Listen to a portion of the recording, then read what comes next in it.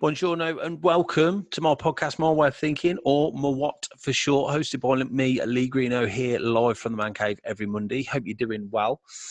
Now, you may notice my beautiful cap, which I spoke about last week. Hashtag MWOT, like the merch. Very nice. Now, we're coming up to Christmas, so I've got some brilliant interviews, but I'm about to give you an exclusive bit of news. I have managed to bag the interview of the year. It is with the one and only Mr. Santa Claus, the actual Santa Claus. Now, I'll go through how I got hold of him, everything. I'll be asking him all the difficult questions, and this is on the 20th of December at 6 p.m. So make sure you keep listening in because it is going to be awesome. Trust me. Now, my way of thinking is all about us amazing human beings that have stories to tell, and those stories can vary massively. The guests I'll be interviewing will always be able to give us a bit of advice or insight into how extraordinary we can be. 4 rules, remember: 1, no bullshitting; 2, no judging; 3, no negativity; and 4, have fun. Now, today, this is a great interview. This is a guy I love to speak to, Ben Sorensen. He comes all the way from Australia. So it's the furthest podcast we've done.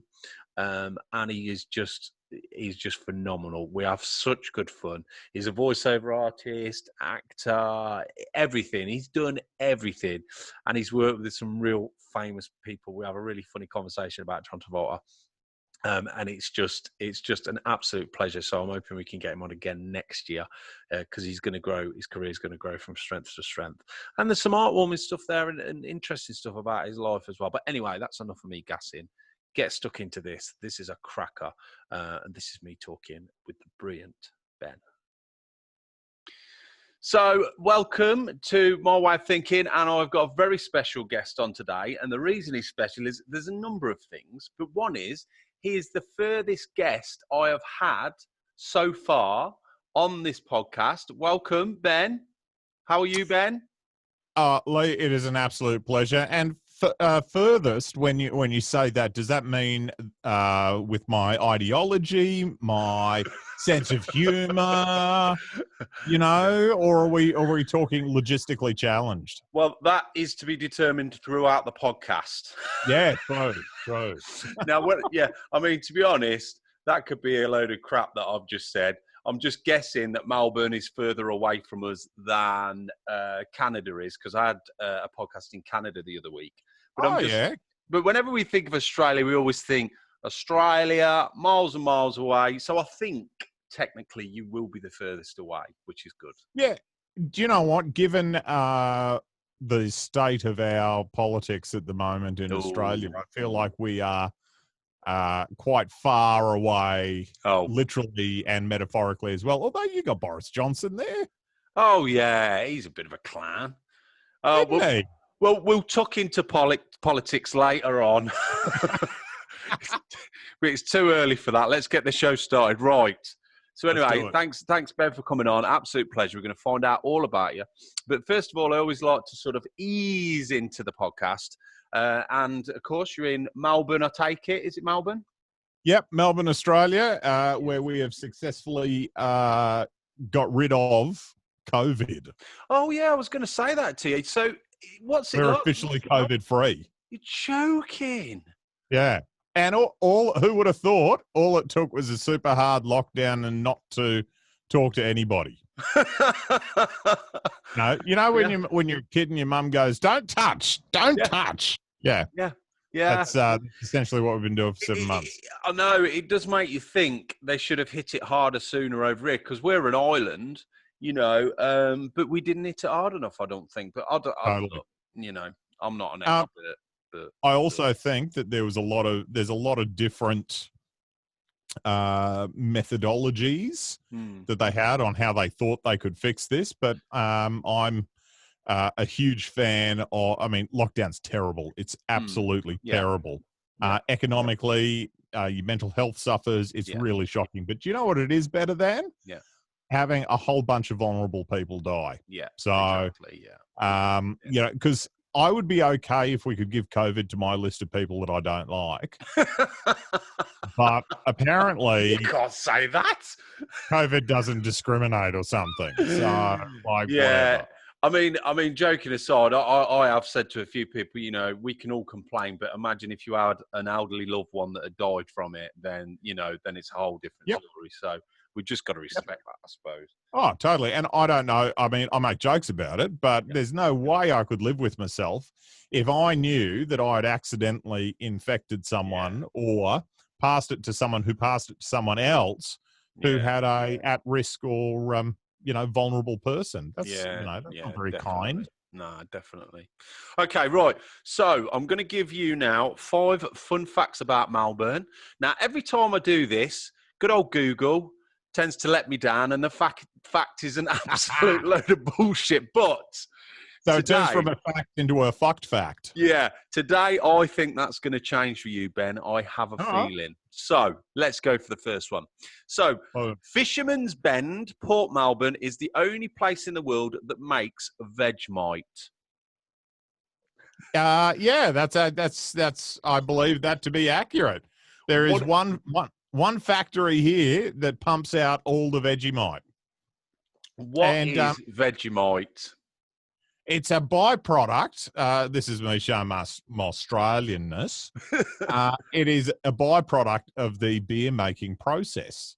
So it's essentially it's like salty, yeasty stuff. Yeah. It's similar to Marmite, but Vegemite has got its own distinct flavour signature. And it's actually where they make it was actually relatively close to Carlton United breweries as well. So they could actually, there wasn't that far for them to take it. So, there you go. Excellent. What do you do? Spread it on toast or something like that? How do you eat it? You do. You spread it on toast. You actually use it to do you know what? Originally, toast. Yes. Right. Yeah. Toast was it. Yeah. And sometimes a bit of cheese on top. So you'd have nice. Whole heap of butter, toast, whole heap of butter, Vegemite, and cheese on top, and you go, yep, that's it. You're living. Yeah. But now we've got a whole heap of these fancy celebrity chefs that are going, the Australian way of doing it. Oh, how about we rub it all over our steak and use it as a marinade? Yeah. I'm not on board with that. On board with that. But I totally am on board with the Vegemite on toast. There have been some people that just eat it with a spoon. I think that's way too hardcore and not for me. Yeah.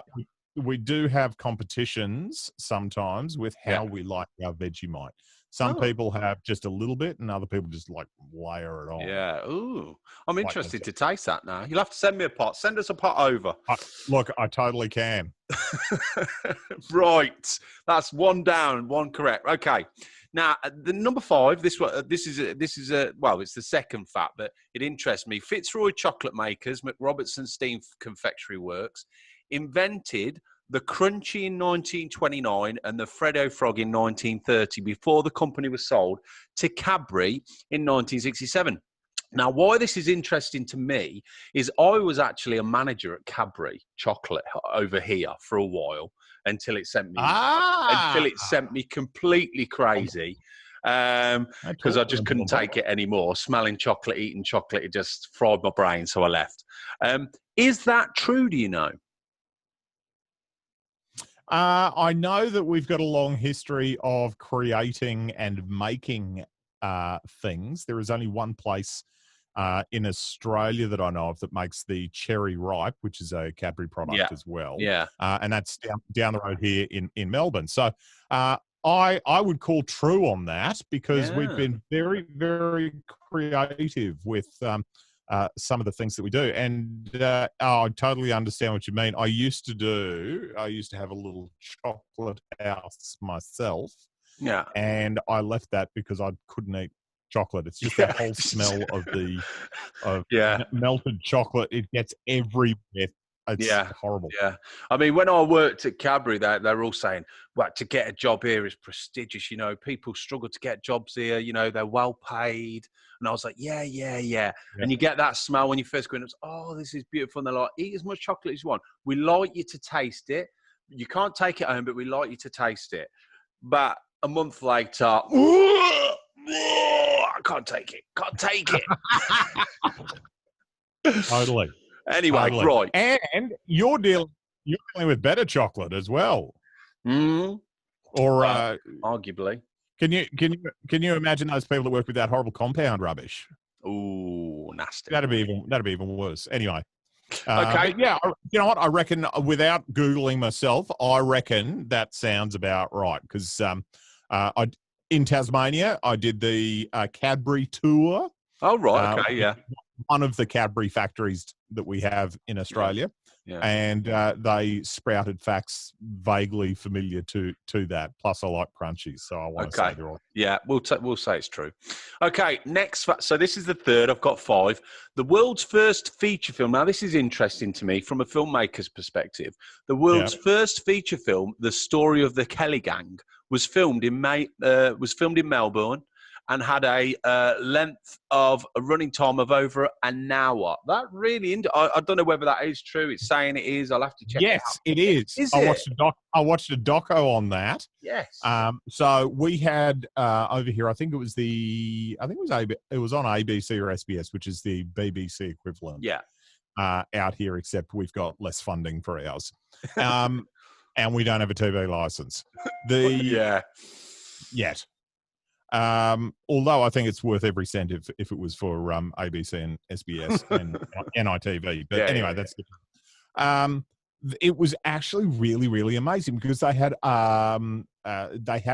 restored the footage in the doco, and I just find the evolution of the storytelling amazing from back then, because we've had other snippets where Ned Kelly has appeared in other films and other stories that we have about Australia. And so correct. Totally correct. Excellent. And they did remake it recently, I think about a year ago, with George McKay in. Love George McKay. He was in 1917. Have you seen 1917? Yes, I have. Great film, yeah. So, excellent. Right, we're on a roll here. We've got 2 left. Come on. 2 left, right. Okay, right. Now, Melbourneian, Dr. David Warren of the Aeronautical Research Centre invented... Oh, my God, he's my neighbour. You are joking. No, I'm just making it up. He invented... Well, if he did, you must have interesting conversation with him, because apparently he invented the black box flight recorder in 1958. The invention came after his father died in a plane crash in 1934. Is that correct? Do you know what? I love that. I know it's an Aussie invention. Yeah. I didn't know it was a Melbourne invention. I thought we just had like deconstructed lattes and wanker coffees. But, No. And that wasn't an invention. That's amazing. Yeah, what a great invention. And another fun fact, the black box flight recorder isn't black. It's orange. It's a bright orange colour. I see. I know. I don't know what I don't know the history behind that. We're not that knowledgeable on this show, but we're getting there. Yeah. Okay, right. Last one. We're on a roll here. Now, Melbourne is the sporting capital of the world. Well, this is not really a fact. It's just, it's the sporting capital of the world, which isn't surprising. Consider they host the Australian Open, the Formula One, the AFL Grand Prix, MotoGP, Spring Racing Carnival, blah, blah, blah. So I'm guessing you're going to say it is true, but big sporting in Melbourne, is there a massive sporting hub? Is there always sports going on? All of those things that you mentioned, I go to most years. Wow. Oh, brilliant. So I can just go, all right, I'm going to duck down to the Australian Open today. Wow. Oh, what's on? I leave work early and just go to the Grand Prix. Yeah. It's such an amazing experience. So I grew up in country Queensland where there is nothing. Yeah. Oh my God, the supermarket truck turned up so I can have like stuff again. That's amazing. Yeah. And I come down here and I just go, oh wow, that's crazy. Yeah. And then it's such a wonderful place to be. But the other amazing thing about the sporting side of it, is we've got a giant game here called AFL. Everybody loves it. Yeah. In Australia, outside of Australia, not so much. Didn't really take off. Aussie football. Aussie rules. Yeah. And like we have our AFL superstars and they all live in, Brighton or different suburbs of Melbourne. Yeah. So everybody's kind of local. So it's a great space to wander around and just casually have a cup of coffee at the table across from some of your sporting superstars, Oh, that's great. And it's not a big deal because we're in Melbourne and we're too cool for that. So nobody gets papped in Melbourne. Well, that sounds great. Someone cool. Yeah, I definitely want to visit Melbourne. So that is the place to visit then. You know. Oh, totally. Yeah. I mean, like I went to one of the venues I'm quite friendly with in the city. I went there for a drink, and then they went, "Oh, sorry, we're a bit busy during the Grand Prix. A bit busy. We got the Belgian racing team upstairs," and I'm just going, "How cool! How cool is that?" No, how awesome. Excellent. Well, I can't believe that. I'm welling up here. All 5, bang on. Yeah, totally. How about there was one extra I was going to give you there. Oh, go on. No. I had one extra thing about Melbourne. Yeah. And I've totally forgotten it. I'll come back to it later. If it comes up, just shoot it in and say Lee. Here we go. Okay. Yeah, here's that thing. Alzheimer's. It's terrible. Right. So Ben Sorensen, thank you so much for coming on today. We're going to talk about all your work, your autism, voiceover work, everything. You just go for it. But first of all, tell us a little bit about growing up. I know you said Queensland. So tell us about the journey from Queensland to Melbourne. Do you know what? I always thought I was a bit different, just a little bit different. Yeah. And nowhere points out how different you are than country Queensland or a little country town of some sort. So I reckon I pushed a lot of boundaries for a lot of people there. But Debra, lovely little town. The school I went to, I think we had about 150, 200 kids in the whole school. And there was farms everywhere, mainly dairy and pineapple farms. I learned at a very young age that the two don't actually go together. The cows get quite upset, depending on where you put the pineapple. I was just about to say that. But it was great. I got to be outside a lot, and I look at how kids grow up today, and I mean, maybe it's just because I'm old, compared to a lot of the kids now. But we didn't have screens or anything. A bit of TV was nice, but I can remember going out and planting trees and climbing trees, and learning about cows and chickens and all sorts of cool stuff like that. So it was really great. I was a bit of a social misfit. I didn't really get along with particularly many of my kin. But all my peers rather, but it was still a great space to grow up and explore and learn about people in a relatively safe way. Oh, that's good. Yeah. Super I mean, I can definitely relate to where you're saying there. When I grew up, we'd go outside. We're always outside playing football or doing some sport or just playing. It's totally changed now, isn't it? You know what I mean? It's quite frustrating with my kids. I'll be like, they're on their iPad or on the Xbox. I'm like, go outside and do something. I'm playing FIFA. Yeah. No, actually kick a football. But that's unfortunately that is the way of the world at the moment. So where did you go into school, college and all that? Did you do all that there? Yeah. So Debra's only got one little primary school in it, when I was ready for high school, I got the big yellow bus driven by the bus driver in town, Ken, who's a really awesome bloke. Yeah.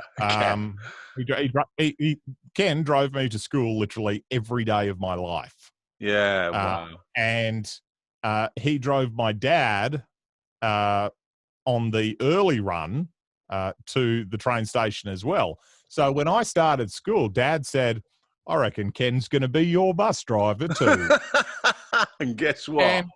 And on the first day of school, he went, oh, you're Ben. And I went, oh, you're Ken. No, it was just lovely. But anyway, I went to a state high school, no private education here, and I've only just been to night school to learn all 26 letters of the alphabet. I didn't know there was 26 before. I just stopped at 20. High school was a little bit difficult because I had I'm a little bit smarter than the average bear. Ooh. And I also have the whole autism thing, and I don't think anyone was really prepared for any of that. So, I still had some great times at high school. It was very difficult for me socially, but I think it was still a really great experience. And then I started my first business in high school. Oh, it was actually in primary school, but that was all cashies. Under the table, no tax paid on that. Yeah, right, yeah. Especially when you're 12. And then, I started singing and dancing in vaudeville shows and doing all sorts of stuff as a kid. And, always played musical instruments and stuff like that. So, yeah, it was good. So with your autism, when did that get diagnosed? Because I always find this interesting. Obviously, things are a lot more advanced now. People notice things, ADHD, things like that. But back then, if you're a bit strange, you're a bit strange. And totally. So I'm wondering where that came in, where they actually said, hold on, you have got autism. Was it later on in life, or was it actually while you were in education? Way later on, like only a couple of years ago, if that.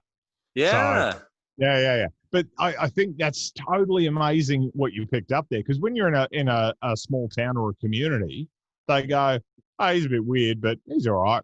I don't know what he's got, but, just don't make any loud noises around him and he'll be fine.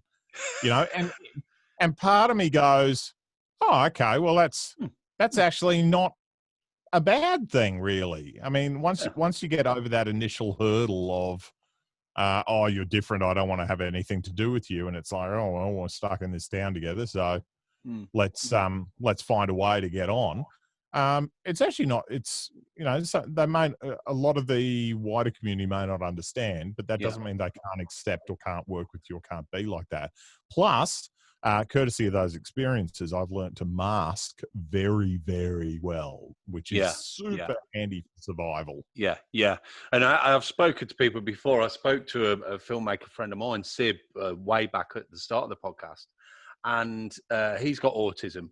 And he made a documentary, which I thought, a feature, which was amazing. And the thing is with autism as well, there's such a range of autism. Such a well, they call it spectrum condition, don't they? And so you come across, we're talking now, I wouldn't, have a clue you've got autism. So I guess where you were, like you just said, you could mask it and sort of get away with it. But what was it like when you did find out? Was it like a huge weight off your shoulders, or how did you take that? It was really amazing to go, oh, I'm not crazy on the inside. Oh, this is a thing. It's real. It's not just like I've got a screw loose up here or something's wrong. I mean, I probably still do, but it's a fun screw as opposed to an essential screw. Like when you pull the mower apart and you put it back together and you go, oh, why do I have this handful of bits left over? They're the fun bits I don't need. But I find the interesting thing about my autism and being a little bit smarter, not in an arrogant way, but just a more of an awareness and a passion for knowledge and information. I was able to work out early on that this is just how my brain is. So I need to find a way to communicate with the outside world in a way that doesn't piss them off. It took me heaps of time, lots of energy, but I think I'm very fortunate that I was high functioning. I had the ability to do that. I was also very fortunate that I was in a position where I had access to that information and the persistence and energy of a young person, which I don't have now, to work through some of those hurdles. So super lucky. Yeah, so you say, look a bit, obviously you worked at that and you sorted that for yourself. Like I say, when I was talking to Sib, I think sometimes when you've got autism, it can really piss you off, knack you up a little bit, because with Sib, one part of his autism is it takes time for him. So he's very intelligent, lovely lad, but it takes him longer to take things in. And I had him on the radio show a few years back, and I was, what radio's like, and I'm talking like we are now. Yeah. And he's thinking of the conversation we had before that. And I thought, for him, the world must be such a terrifying place. He's done such a brilliant job to get, you've got to be a strong-willed person to get stuck in there, because every time you talk to someone, they don't understand what you're going through. And you can't sit there and go, oh, hold on 1 second, I'm still thinking about what you said an hour ago. You can't say that in a coffee shop. No, you can't. And this is one of the things, right? So when I realized that I was a bit different, and I realized that I had to make my special area of interest my weakness in order to bring it up to normal. Yeah. So I spent a lot of time on communication and mimicking, and and it takes a disproportionate amount of energy to do that. Yeah. However, when I get tired, I am just like your friend. There's parts of my brain that will shut down. Yeah. And sometimes I thankfully get a little bit of warning. Other times, not really. Yeah. So part of that is self-management. But I totally relate to it. It's sometimes I'll be in a conversation, and a personal conversation, when I'm tired and not masking. Yeah. And my ears will be like 2 sentences behind. Yeah. Yeah. So it's just like when you go, sorry, what was that? And they start saying, repeating that line. You go, oh, yep, caught up now, got it. Yeah. So it's really interesting. But the one great thing is your mate Seb, was it? Yeah. Would make amazing films. Oh yeah. Yeah. With the ability to focus on one thing without distraction, and to tell that story, any story, in such an in-depth way. I think there are some really great assets to neurodiversity. Oh, God, and also some great assets to neurologically typical people too. I think together, heaven forbid Darwin should be right, that we should actually have a really great range of skills to keep us going as a species. So, I think we should all just play nicely in the sandbox. Yeah. And I know that sounds cheesy, but it's right, because, awareness is key. He'll tell me things. He'll say, I was in a coffee shop, and I said to the woman, can you turn, and this was from a lady I spoke to as well. She's got Asperger's, but they were in a shop, and they said, can you turn the music down to an assistant? And she went, oh, well, yeah, I can do. And then he said to her, because I have, autism, and it's just really loud for me. It's not for you, but it is for me. And she went, oh, fine. And I think it's good to raise that awareness. We're definitely more aware, because I think it's a brilliant thing. And it adds to then kids in school recognizing, other kids and all this kind of thing. So we're definitely going in the right direction. Well, it's funny you mentioned that, because I'm actually on the board of a organisation here in Australia called Friend in Me, and people can find out more at friendinme.org.au. And basically, the organisation's key concept is inclusion and kindness. So we teach, in inverted commas, disabled kids to get along with everybody else, but how do we teach everybody else to get along with not only each other, but people who are a little bit different to them? Yeah. So that's where Friend in Me comes in. And they've got a really great range here in Melbourne of, events to enable kids to socialise, some great information sessions and free webinars and resources on their website too. So it's a wonderful organisation teaching everyone to get along and to be kind, which is so important. Oh, that sounds great. I don't know if we do anything over here. I'll have to I'll look that up, because, it's definitely something I think we need over here, but whether they do it or not, I think there probably are people trying, but it's not well known. You know what I mean? It's not something. Yeah. Well, it's funny because there's a lot of lack when it comes to education in kids. as far as resources and time and all of these other things. So there's a lot of competition in a lot of countries for, okay, well, what can we provide to all of these kids? Because if you're a teacher and you look at the syllabus, you go, great. So someone's just wants to add this in and add that in. And add that. Yeah.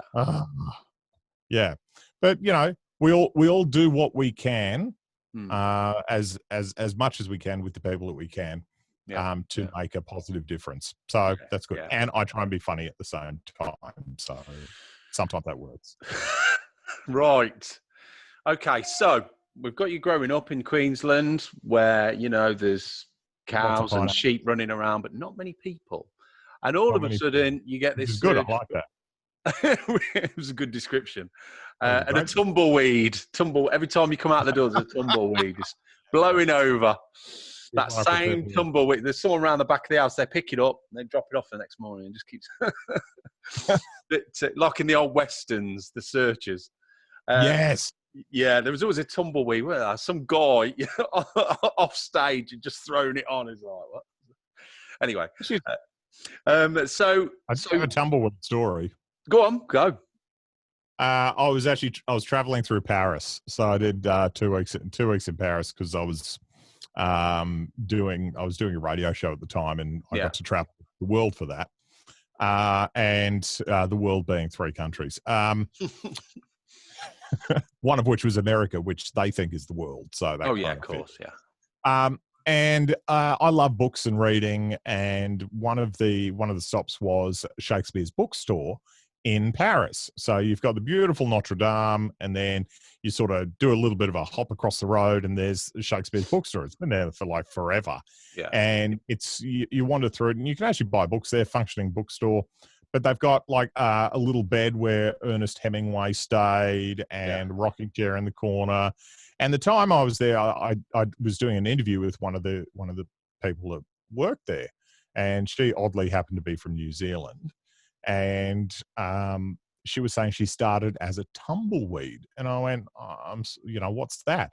So apparently they have this program there where you can help out at the bookstore and sleep in the bookstore overnight. Wow. And they call that tumbleweeding.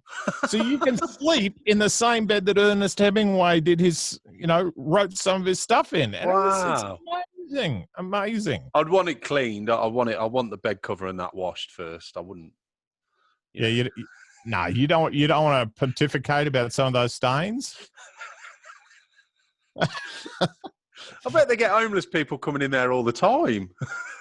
You know what? And that's totally okay because it's they would have helped out during the day, which is a fair exchange for the space. That's awesome. Yeah, what a great idea. We need more of that. Definitely. More tumbleweeds. Definitely. Yes. So we've got that environment, school, all happy. Obviously, something's not quite right, but you're managing it. So where does that lead to sort of, did you go university or did you just move on? Tell us about that. I do not have a degree. Okay. So but I am a huge fan of knowledge and a huge fan of education. And I don't have anything against people that have degrees or wish to go to university for whatever they do. I quite like that my doctor has many degrees. That's useful. Yeah. But I also like the idea that a university doesn't own knowledge. A university is a way to acquire knowledge in a formal setting, and a university tests your acquisition of that knowledge to prove that you can, and they give you a little bit of paper for it. But there's also really great ways to learn about certain things in the world. You can, hire consultants or experts in the field and go, hey, just tell me. Or you can just do stuff and learn as you go. I mean, now we're so fortunate to have so many different resources available to us. And whether you formally go to university or not, I just love the idea of acquiring accurate knowledge through the scientific process any way you can get your hands on it. And I think that's really awesome. And we should be encouraging everybody to do that and to go to university and to learn and to be curious and all of those things. So I didn't do any of that. Yeah.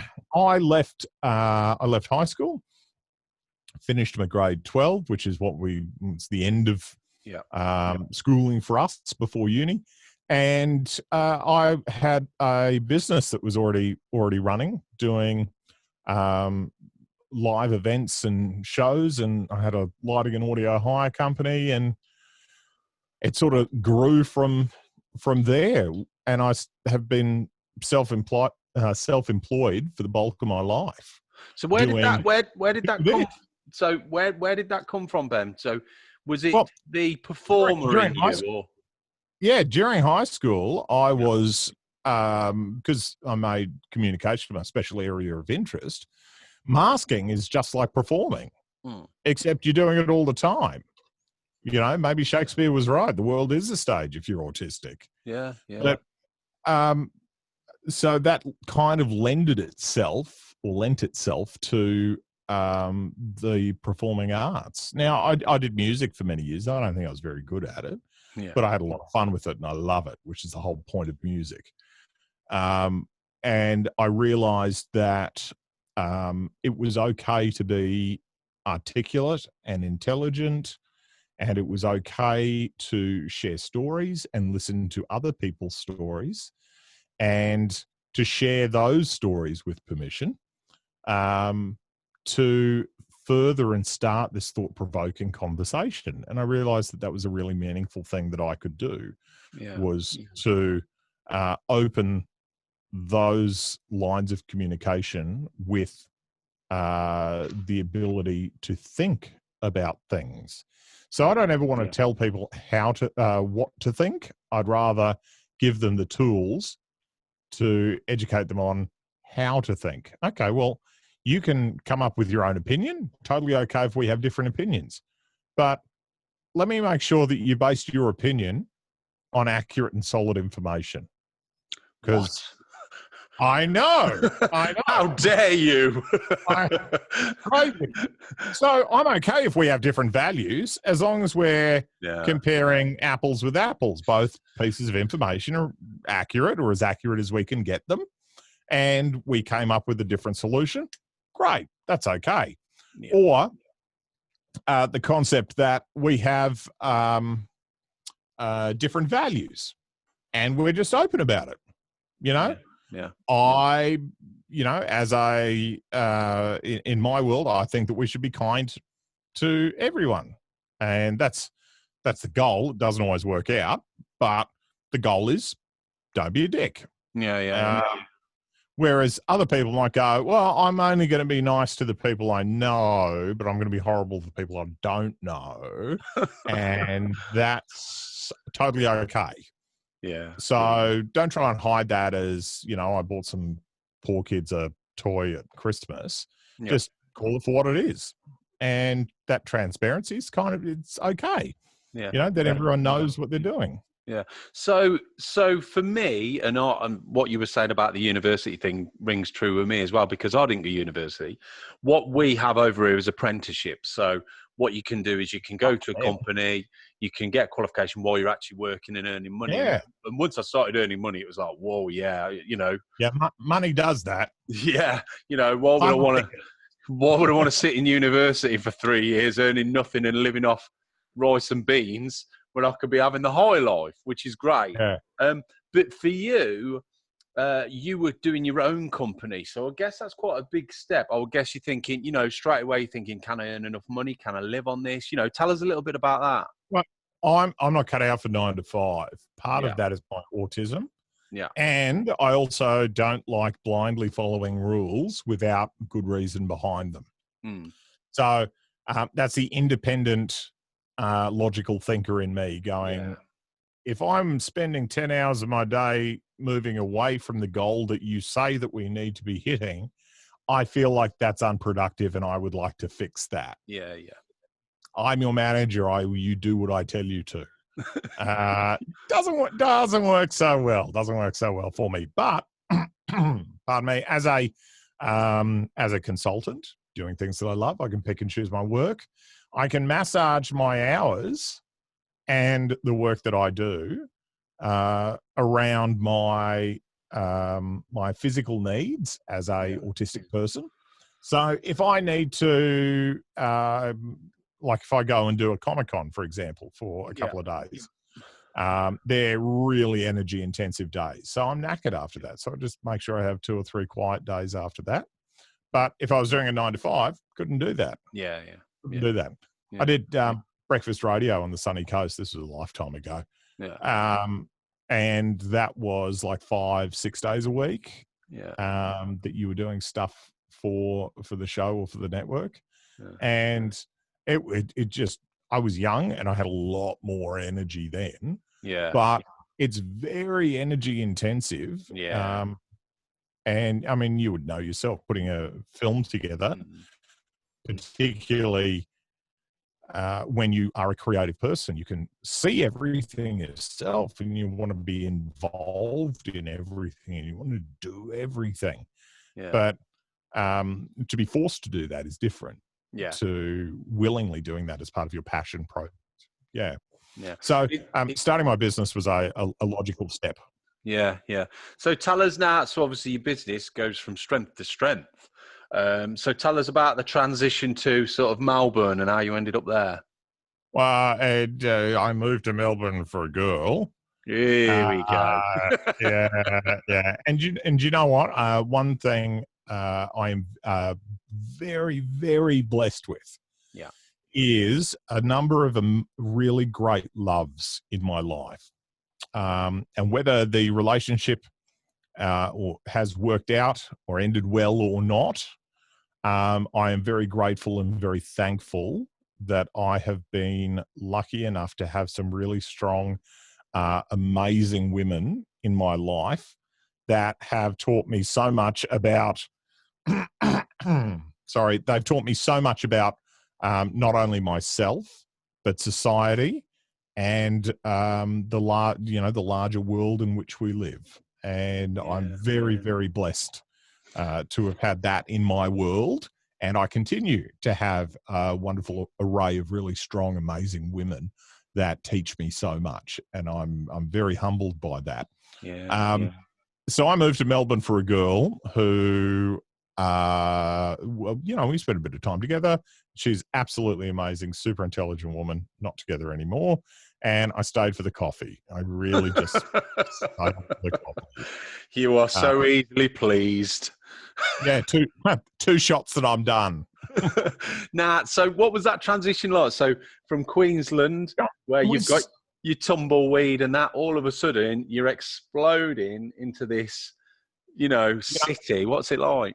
Look, hindsight, not the smartest move. Really, really big polar opposite. And Brisbane is a bit of at the time was a bit of a sleepy town. Probably still is by comparison, I think, but still a great place to go. But nowhere near as busy as Melbourne. It's like you're literally in 2 different countries, but they speak the same, and most of the road rules are the same, apart from hook turns and P turns. That's a whole other podcast. But I think that I was ill prepared for that transition, to have so many people and to have the a different nuanced culture of that town or that area. And in the UK, you guys have got the same thing. You've got whole different pockets of people and values and cultures and things that are normal in those areas that are different in other areas. And, imagine going from one extreme to the other. I mean, it took me a while to find my feet when I moved.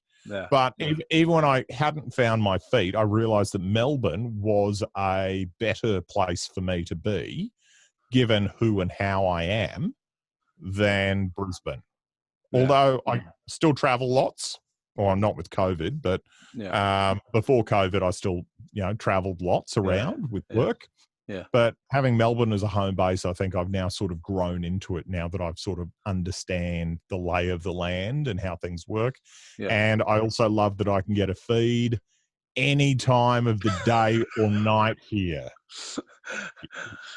So you know, growing up, you'd look at your watch and you go, Yeah. "Oh, it's 7:30. They've turned the fryers off." Oh, Yeah. that's it. But Melbourne, anytime, day or night, it's great. Yeah.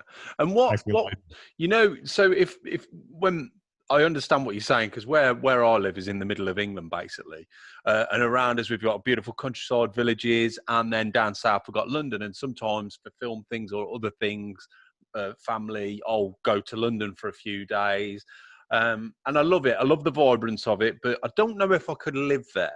Now, for you, what was that like as far as your autism's concerned, walking into a play? Because people get worried, you know, without autism, you'd be like, oh, this is a big place, a big change. How did your autism play in that when you first moved to Melbourne?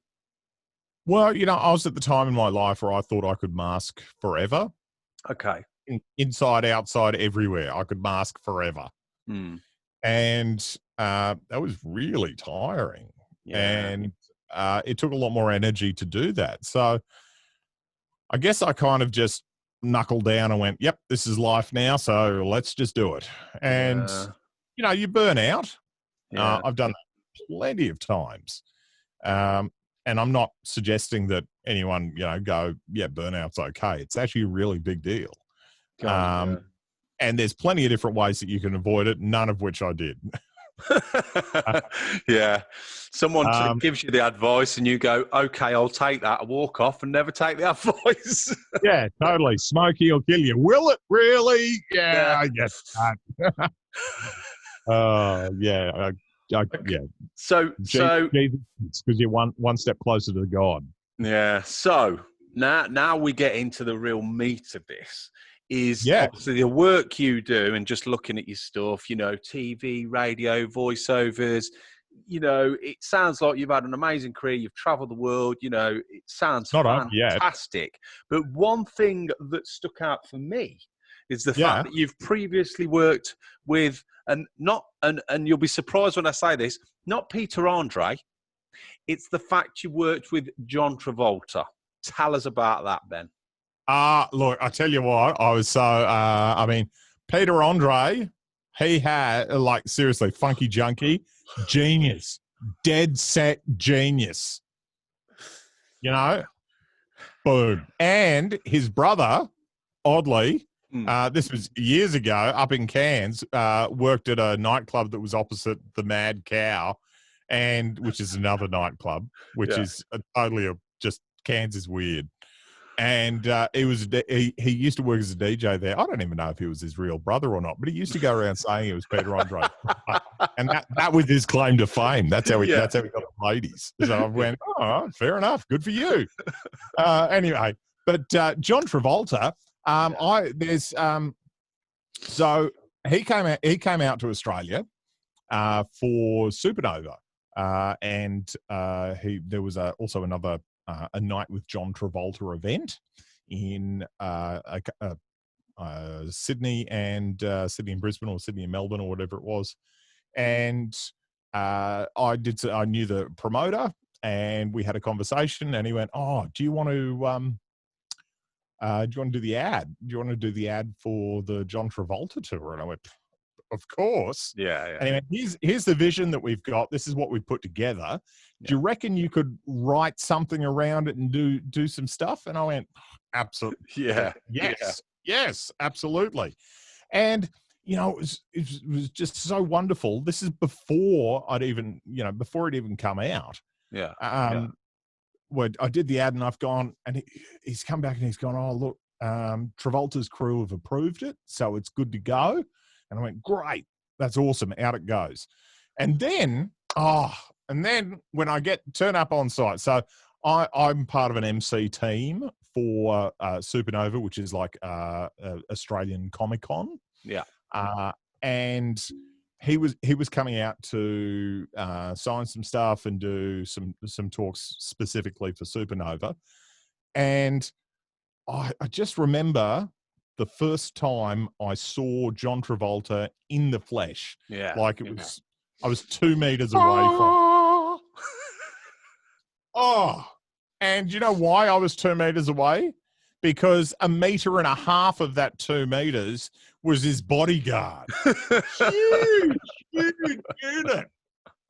Huge. Nicest fella, but huge unit. Yeah. Anyway, so John Travolta walking through, and he has he's got this energy, this air of magic around him that is just really wonderful. And, you know, in the lead up to that, I may have done myself a disservice in psyching myself out by watching a whole heap of Travolta films before meeting or, you know, being in the same space as John Travolta.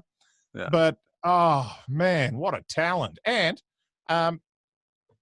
when you do a few of these Comic-Cons, you'll find that you hear some stories back from people about, you know, what they were like, because it's really grueling. If you've got, you know, 10 hours of signing your own name, I mean, I haven't done that since grade 2, but only because I was a bit slow with the motor skills. But you know, you can get a bit cranky, or you get a bit tired, or you can get a bit short if you get the same question a million times. Like, I totally understand it, and sometimes it's a bit hot. You know, totally get it. Yeah. But John Travolta did not hear one bad word about that man. And which I love. I just absolutely love. A legend. When I seen it, I thought, I've got to ask about that story. And I know what you mean about Comic-Con, because I went to the Comic-Con here last year or the year before. I kind of lost count because of COVID and everything. And a big hero of mine was James Caan from Godfather, of course. And I thought, I'll take a Godfather poster, get him to sign that. Imagine that would be amazing. And he was there, and you could tell he was pissed off. And, you know, I think he's a lovely guy. I've seen interviews with him, but he was so grumpy because he, you know, you only need one person to come up who's a bit of a dick, and they keep asking you for things. That wrecks your whole day. And you've got a big queue. And I mean, he's in his 80s now, you know, and I thought, I'm not going to go and meet him because it'll ruin, you know, I don't want to meet him if he's stressed, and, you know, so that'll taint it. But I totally understand that. You know, when they say don't meet your idols, because it could just totally wreck the dream. Yeah. And it's also okay to acknowledge that I like the idea of this person, not the actual person, or I like the character they play, not the actual person. All of that is okay. Yeah. Although you had, how old was he? He was 80 something when he was at Comic-Con? He's got to be mid-80s, yeah. I see you're 80 and raise you an 84. And that was Stan Lee. Oh, yeah. Wow, yeah. And wow, what a kind, amazing. Yeah. Did you meet him? So, weird story. Didn't actually meet him as such. Passed him in the corridor. Yeah. Very, very impressed with that. But also provided him for his Australian stint anyway, some very comfortable chairs for him to sit in, because I'm also marketing director for ZQ Racing, and they make amazing gaming chairs. And Stan went, I want something more comfortable. I'm old. I went, don't worry, I got you back. I got you back, man. You will get the best chair. You will, Ed said, get the best. But, you know, whether we actually meet these people in person or not, as part of the team and wandering around with all the different stages and having the backstage access and stuff, it's just amazing. And I feel so incredibly blessed to work with an amazing team at Supernova. Yeah. That I'm able to see these wonderful people. Yeah. All around Australia, 6 times a year, tell their stories on stage. Some of them I get to host and do it myself.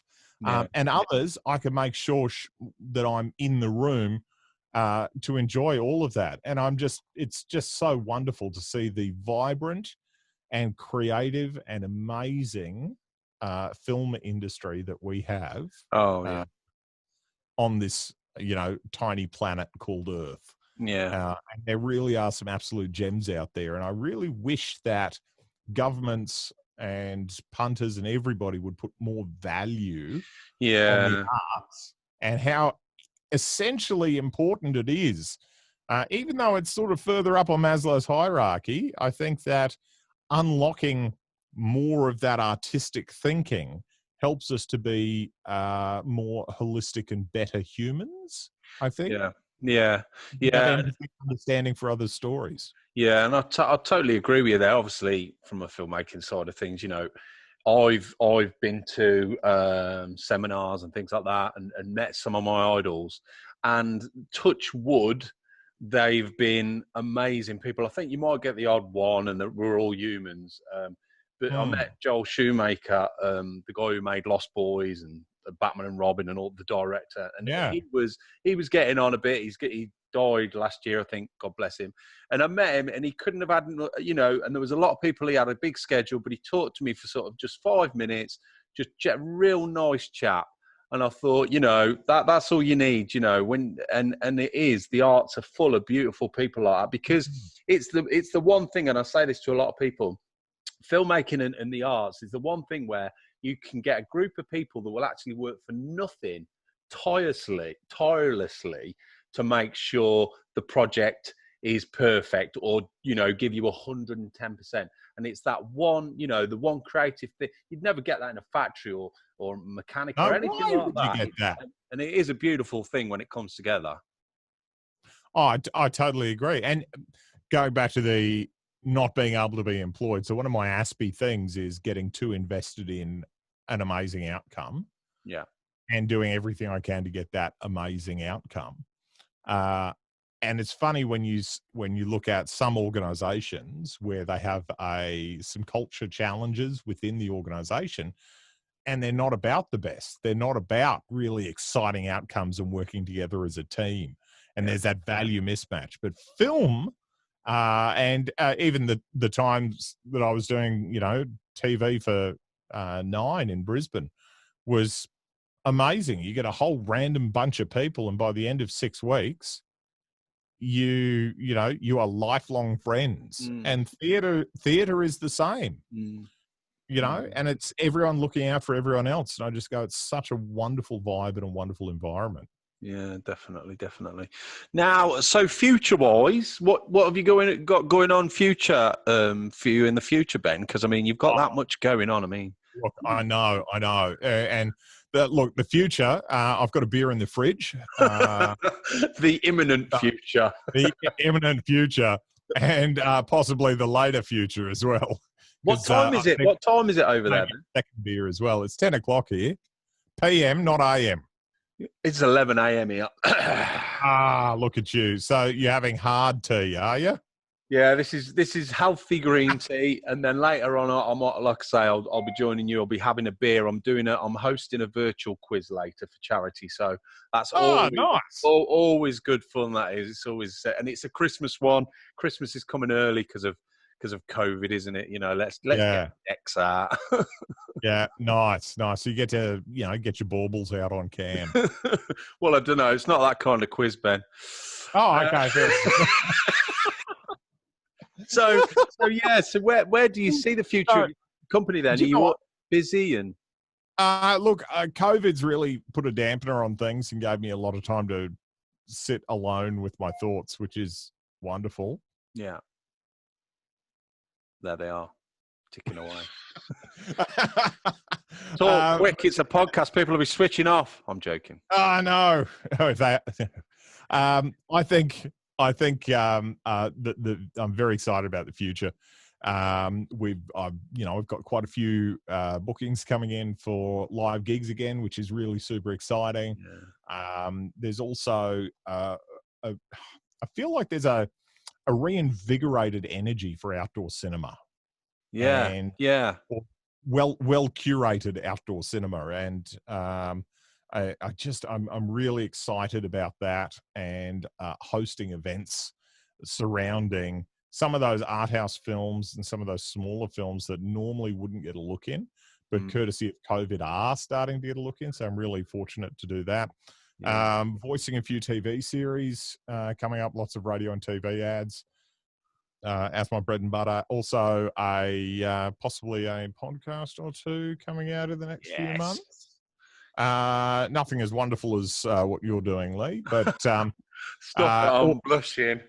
It's a podcast, I can't see. So yeah, lots of stuff keeping me busy in the studio, and possibly EPing a few films later on in the year if we can get the okay to get everybody together, because we still have international travel bans, which has really put the kibosh on a lot of stuff for us. Yeah. So still working through, and I think the new focus for me is to have that big stuff and to do the big stuff and really enjoy it. Use the studio, which I have been using quite a lot of, but also to have that, to have the component that I think was missing in my world before, and that is to do some really great, amazing, smaller grassroots events and connect with the local community. You know, not needing to drive, 4 hours to a different town or fly to, a different state. There's some really great things that, and great connections and great stories and great experiences that, I can have right here in my own backyard. I don't think I've ever stayed so long in one place. Unless you've been in prison. That I do, Unless you've been in prison. Oh yeah, true. Although that was a long time ago. Yeah, let's not talk about that. But the food was good. That's so I think connecting with community, I think, is an important thing. And I think now it's COVID has forced me to slow down a little bit and to consolidate and actually think about, my own health and my own mental health, and also to consciously create, what do I want for the future? What do I want for my life? And I think that's a really important thing. Yeah. So that's a bit soppy and warm and fuzzy, but I like it. I think it'll be good. So that's the future. Yeah, I mean, I think I agree with you on that. I mean, what COVID's done is give us a bit of perspective, because we almost needed this pause. And I know it annoys us at the time, but I think we'll look back in years to come and we'll be like, thank God that happened, because it makes you appreciate, obviously, family, your health and things like that. And then when we do go back to normal, it's sort of what is normal, but it's sort of, we'll appreciate everything just that little bit more. And we'll also appreciate the time that we spend at home with the family and doing things like this. And you know what I mean? So if anything, we're all going to grow. It's just been a pain in the arse, but, But you know what? Isn't all growth? If it, how often do we have easy, comfortable growth? Yeah. Oh, yeah. I know. Yeah, definitely. Yeah, definitely. So, well said. So, I always ask my guests a bit of advice. So if someone wanted to get into the same kind of business, or it could be the best bit of advice you've ever had, Ben, sort of, your journey, what bit of advice would you give us? It's actually been a conscious look. Over the years, I've had a lot of really great advice for the particular situation or the particular time. But I think it's only recently that I've sort of grown into understanding what I think the best advice actually is. Yeah. And part of that is to just be consciously kind. Don't expect to be perfect, but try to do everything, even the most uncomfortable stuff, even the stuff that you don't feel like you want to do it. Make sure that you're consciously kind and you understand that kindness is a choice, not something that just magically happens. And if we had a kinder world, I think that would be a good thing. And I talk about kindness a lot. And you know what? There are times where I am unkind. I'm not preaching perfection. I'm talking about a concept or an idea or something for us all to work towards for a better world. And I think being consciously kind and making a decision to be kind and understanding that kindness is not a weakness, it is actually really hard. And to the whole concept of being fair and kind when you don't have to be, and you could be cruel, or you could be selfish, or you could be a lot of other things. That's the essence of a Marvel film, basically. But it's But that's the best piece of advice. Be consciously kind and work towards being even more consciously kind for you and other people. Yeah, that's a great bit of advice. And I think from my perspective, as I get older, I definitely have more empathy for people. And if people have got views or they have a comment on something, I always try and step back and think, well, why are they saying that? Whereas maybe years ago, I'd have jumped down their throat and said, oh, they're wrong, or that's terrible to say that. Always try and have a bit of a perspective from their perspective. And I think that goes hand in hand with just being kind, is a way of just standing back and thinking, hold on, why is this person being horrible or cruel? Or, you know, look what I mean? at you showing off your meta thinking. Boom. Just read I love that. Just read that in a book. Yeah. Actually, I said I read it, but I lied. It's actually an audio book. It was actually a YouTube video of an audio book that someone listened to. Well, yeah, I've just been listening to Tony Robbins, and he rubs off on you. He rubs off on you. Anyway, I met him once. That was the most awkward part. You met him? No. When he rubs off. I believe it for you. I believe it. Now, favourites. I always ask my guests favourites, Ben. So it can be a book, a film, something you eat, anything like that. But just something. Actually, it can't be Vegemite. Who's a favourite? Well, so recently, actually, my favourite are because I'm autistic, is my Bose 700 headphones. Yeah, the noise cancelling is amazing. They've got huge battery life, and the sound is just as an audiophile, I just love it. Good. But the two things that I'm going to bring up are during COVID. Or lockdown rather, because you guys are all in lockdown now. Which is good. Washing your hands, staying safe, super awesome. Really proud of you guys, and you're doing a great job. Yeah, it's hard, but well done. Totally well done, and you can do it. So I watched a lot of Netflix, a lot. Yeah, and this one actually came up on Amazon Prime. So 2 movies. If you haven't already seen them, you need to see them, and if you have seen them, watch them again. Yeah. Actually, do you know what? I'm gonna make it 3. I'm gonna make it 3. Do it. The first, and you got to watch them in this order. Okay. Cats. It's the worst movie I've ever seen in my life.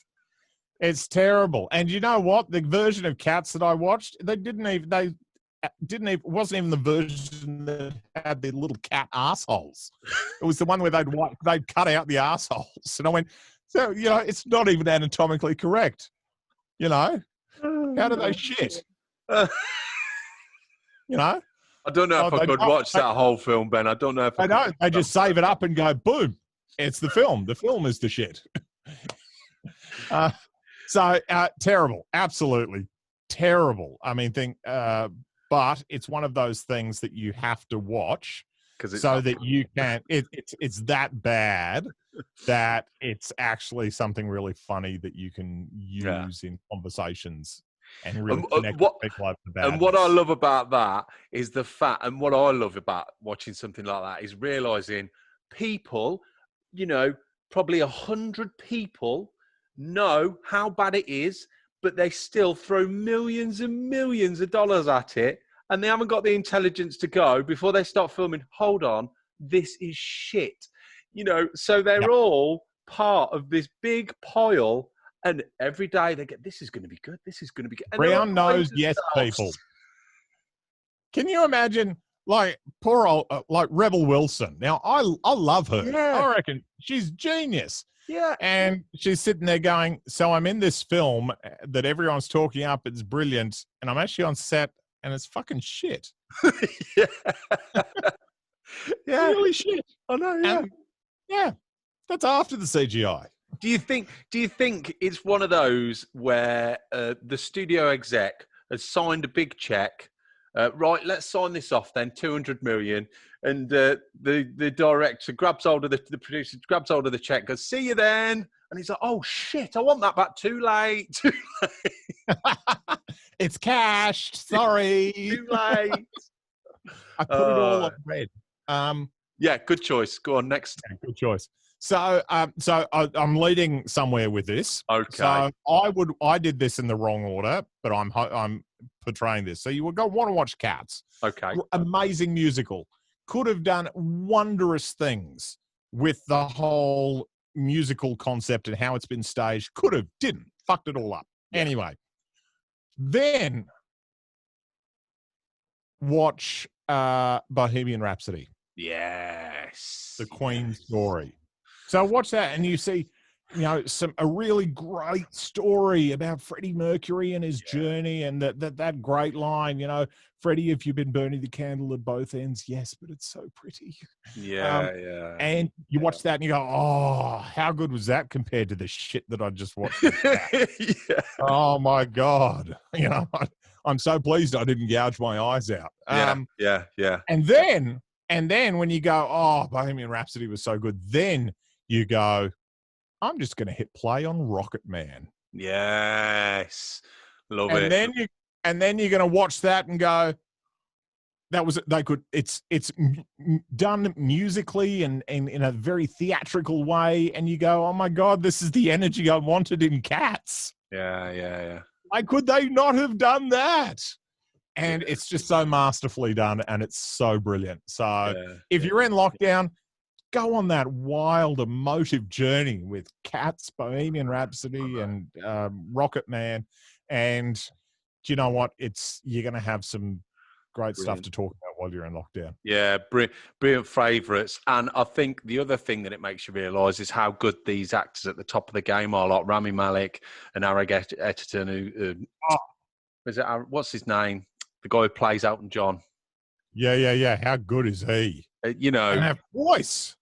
Yeah, just that. And the thing is, when I watch people like that, actor, and I am immensely impressed with any actors, is if you take off a real life person, that is so difficult, because if you do like an impression, like a comedy impression, it looks awful and fake. What they do is they embody the person but give it their own take, and I think that is just, people don't realise how good these people are. And they're masters of noticing and implementing that idiosyncratic behaviours of those people. Can you just imagine the work and the research that goes into that? Yeah. It's not like prancing around like a cat. Yeah, we're no arsehole. Okay. Now, sneakers in there. I don't know if I can watch Cats. I'll try and watch it for you over Christmas, just to maybe just It's like a Band-Aid. You got to watch it all in one go. You can't just watch half and go, I've had enough. I do like the way you put that in sequence, though, because like you say, you watch Cats and then at the end you think, I'm never going to watch a film again. This is, the world's about to end. And then you watch Bohemian Rhapsody and you're like, hold up. Yeah. And then you totally understand with Rocket Man what's happening with what should have been done with Cats. And I'm just going, anyway. But that'll keep everyone occupied. Love that. Now, if people want to be in contact or see what you're doing or go on your website, your Twitter handles, all that kind of thing, where are they, Ben? Yep, this podcast has actually been a test. If you're still interested in talking to me after this, then you are my kind of person. You can find me at Ben Sorensen 1 everywhere, because some other bastard took Ben Sorensen. So it is bensorensen1.com for all things Ben. And also on social media. Actually, follow me on Instagram and Twitter and Facebook. That's all Ben Sorensen 1. So what's the name of your podcast, Ben? Where I'm doing some. It's actually an eco podcast. Called Captured Carbon, where we talk about the science behind saving the planet through capturing carbon.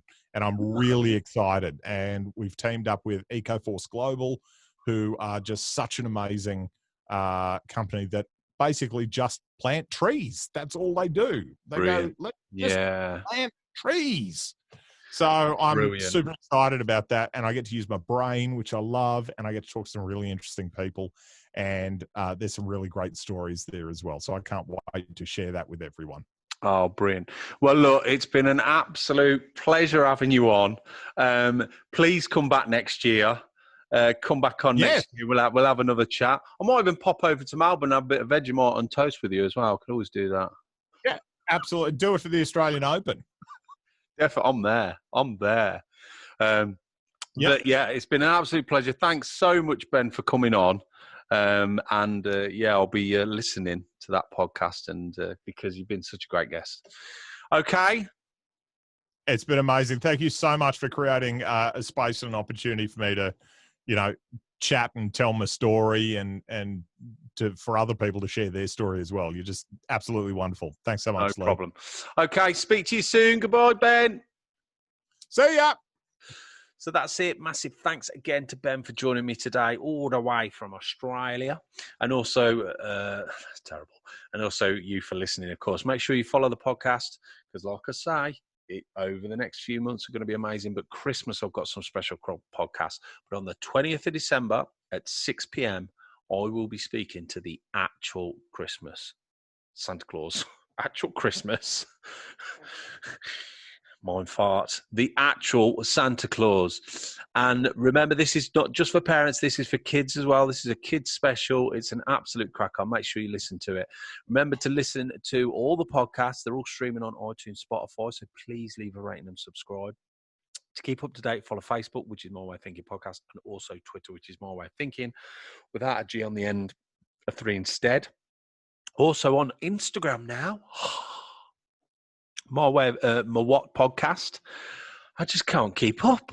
I can't keep up. And also the whole conversation is on YouTube. So if you want to see this pretty beard keep growing and my merch, MWOT. I'm only joking. I'm not selling merch. Not to all 3 listeners. No. This was given to me. A very beautiful present, so I'm going to wear it. And finally, if you want to get in touch and you think you'll be a great guest, email me. It's mywhatpodcast@aol.com. Until next time, remember, December the 20th, 6 p.m., Santa Claus. God bless. Take care.